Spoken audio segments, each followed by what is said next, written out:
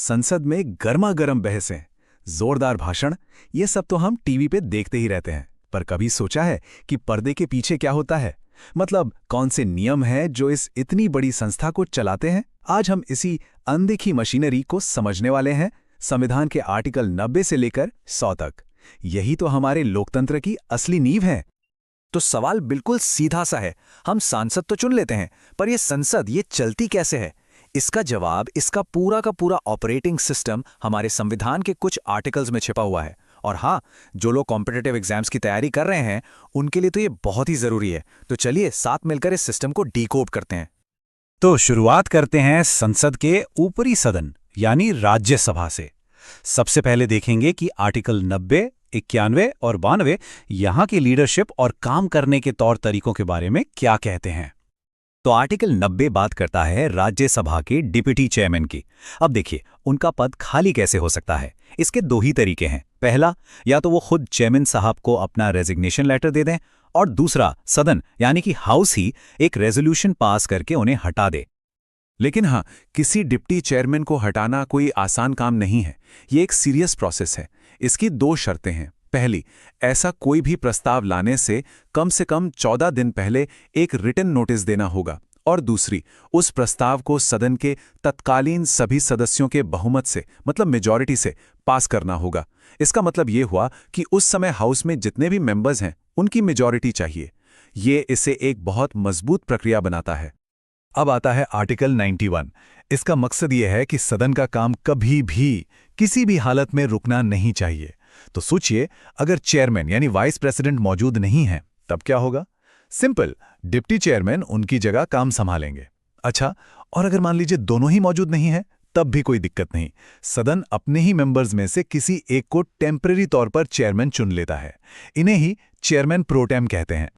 और आर्टिकल 92 एक बहुत ही बेसिक सा लेकिन जरूरी नियम बताता है। वो ये कि पद तभी तक जब तक सदस्यता है। मतलब अगर कोई मेंबर राज्यसभा का सदस्य ही नहीं रहता तो वो डिप्टी चेयरमैन या कोई और ऑफिसर भी नहीं रह सकता। सीधा सा कनेक्शन है, मेंबरशिप गई तो पद भी गया। तो ये तो हुई राज्यसभा की बात।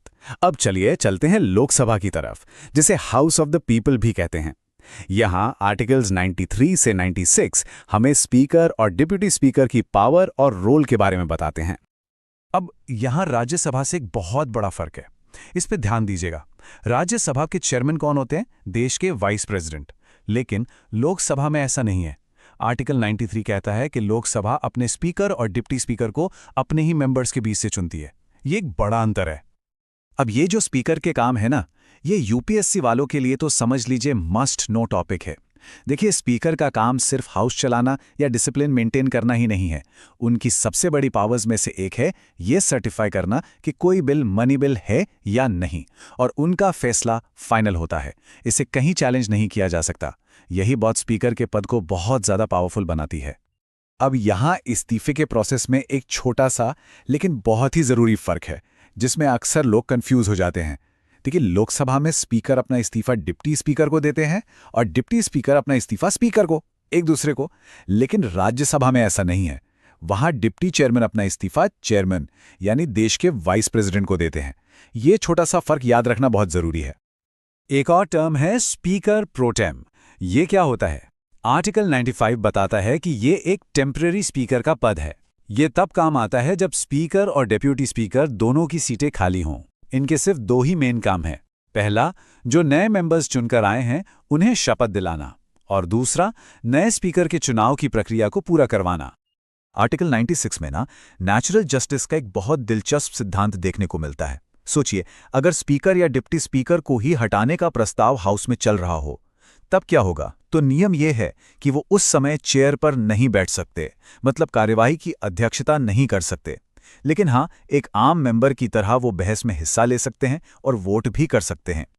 तो हमने लीडरशिप रूल्स को तो समझ लिया।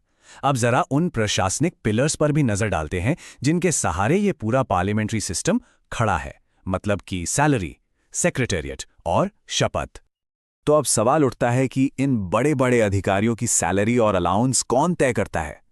क्या ये मनमाने ढंग से होता है? बिल्कुल नहीं। आर्टिकल 97 साफ साफ कहता है कि संसद खुद कानून बनाकर यह तय करेगी। और इसी के लिए the salary and allowances of officers of parliament act 1953 बनाया भी गया था।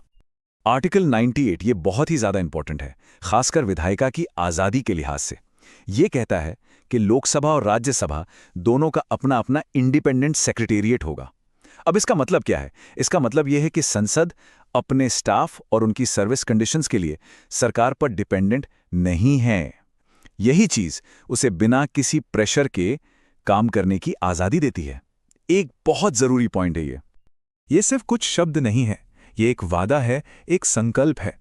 ये उस शपथ का एक छोटा सा हिस्सा है जो हर सांसद को लेनी होती है, और ये शब्द उन्हें हमेशा याद दिलाते हैं कि उनकी सबसे बड़ी जिम्मेदारी इस देश के संविधान के प्रति है। और इसी वादे को, इसी संकल्प को आर्टिकल 99 जरूरी बनाता है, यानी मैंडेटरी करता है। इसके हिसाब से हर मेंबर को हाउस में अपनी सीट लेने से पहले ये शपथ लेनी ही पड़ती है। ये शपथ प्रेसिडेंट या उनके द्वारा अपॉइंट किए गए किसी व्यक्ति के सामने ली जाती है, और इसका पूरा फॉर्मेट हमारे संविधान के 3rd शेड्यूल में दिया गया है। चलिए अब हम पहुंचते हैं इस पूरी चर्चा के सबसे जरूरी हिस्से पर, आर्टिकल 100। ये वो आर्टिकल है जो हमें बताता है कि संसद के अंदर असली डिसीजन मेकिंग होती कैसे है, वोटिंग कैसे होती है, फैसले कैसे लिए जाते हैं। बस एक नंबर याद रखिए, 1/10। ये एक ऐसा जादुई नंबर है जिसके बिना संसद में कोई काम हो ही नहीं सकता। इसी को कहते हैं कोरम। तो आर्टिकल 100 के हिसाब से कोरम का मतलब है वो मिनिमम नंबर ऑफ मेंबर्स जिनका हाउस में मौजूद होना जरूरी है ताकि कोई काम हो सके। और ये नंबर कितना है? हाउस की टोटल स्ट्रेंथ का 10वां हिस्सा, यानी 1/10। जैसे लोकसभा में 543 मेंबर्स हैं तो वहां कम से कम 55 मेंबर्स का होना जरूरी है। अगर इतने लोग भी नहीं हैं तो स्पीकर को हाउस की कार्रवाई रोकनी पड़ती है।